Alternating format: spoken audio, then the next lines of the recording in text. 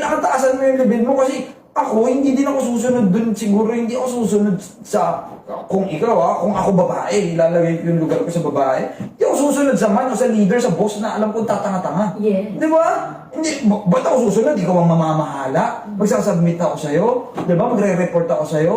Tapos anong iuutos mo sa akin? Alam ko, based on my logic and based on my understanding, nasasablay ako dito, di ba? Na mapapahamak tayong pareho.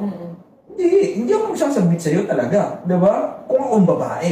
Kaya importante na ang lalaki, taasan mo ang level mo. Siguraduhin mo talaga na at least, kasi nga ikaw ang maglilid din talaga sa babae mo di ba? Ikaw din ang maglilid sa babae, ikaw ang maglilid. Actually, ang dynamics naman is, lalaki is accountable sa asawa niya. At ang asawa niya, jurisdiction ng asawa niya ang mga anak.